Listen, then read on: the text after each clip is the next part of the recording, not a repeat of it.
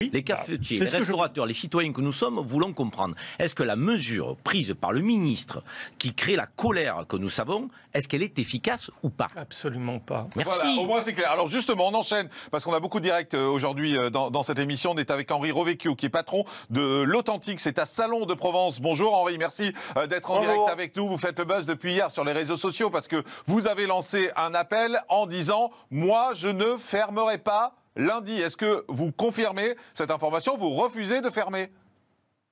Exactement, je refuse de fermer. Pourquoi? Je refuse de fermer parce qu'en fait, on a comme je l'ai dit depuis hier, en fait, on a tendance à oublier on a été aucunement exempté de charges. Les charges ont simplement été, on nous a autorisé en fait à payer les charges plus tard, on a fait un report. Donc toutes ces charges-là, il faut qu'on s'en acquitte en fin d'année, sur le dernier trimestre.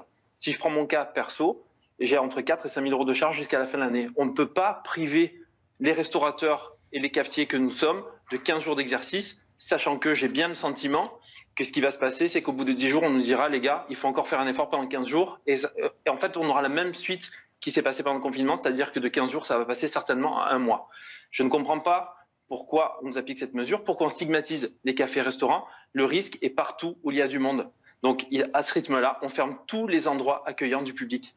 Comme je le disais, si on ferme, si on nous empêche de travailler pendant 15 jours, c'est autant de trésor qui va nous manquer pour nous acquitter de nos charges à la fin de l'année. Mais vous avez bien compris qu'à partir du moment où un décret passe qui vous demande de fermer, vous allez être obligé. Sinon, les forces de l'ordre vont débarquer. Sinon, vous risquez des procès, vous risquez des amendes. Vous êtes prêt à prendre ce risque? Tout à fait. Je m'en suis inquiété. Mon avocate est au courant. Elle est en train de faire des recherches. Elle est en train de faire des démarches. Je ne baisserai pas les bras. Est-ce que votre appel, depuis qu'il a été diffusé sur les réseaux sociaux, est-ce que vous avez reçu d'autres soutiens de la part de restaurateurs? Énormément, ouais.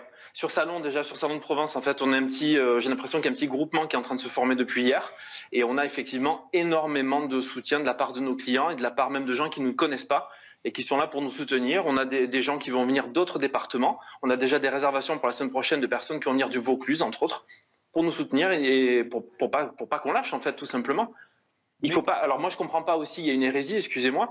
Il y a une hérésie dans le sens où j'ai appris ce matin que tout ce qui était cuisine collective, cantine pour les écoles n'était pas concerné. Dans quel cadre? Pourquoi? Ouais, on voit qu'il y a beaucoup de choses qui sont pas claires du tout dans toutes les annonces qui sont faites, et on le dénonce depuis hier sur ce plateau de façon parfois un peu virulente, mais en tout cas on essaie de dire les choses telles qu'elles sont ressenties par les Français et par une grande majorité sans doute de Français, puisqu'on voit cette colère qui monte. Une dernière question, Henri. Aujourd'hui, vous avez le sentiment de faire partie de quoi? De révolter par rapport aux décisions du gouvernement? Vous avez le sentiment que c'est un pouvoir central qui n'écoute pas la base? Comment vous vivez ce qui se passe?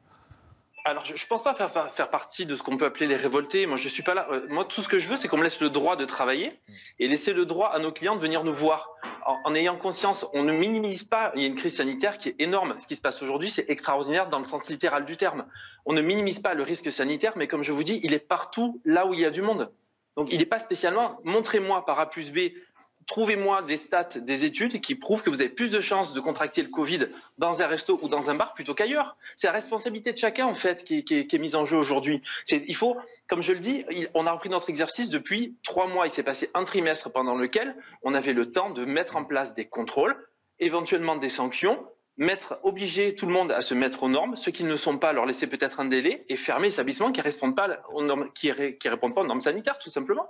Merci Henri d'avoir été en direct dans Morandini Live. Vous l'avez compris, il y a une colère qui monte. Et concernant ces documents, quand vous dites « montrez-moi la preuve que dans les restaurants ou dans les bars, on risque d'attraper plus », eh bien, les médecins, en tout cas sur ce plateau, moi je ne suis pas médecin, mais les médecins me disent « ça n'existe pas, ces documents n'existent pas ».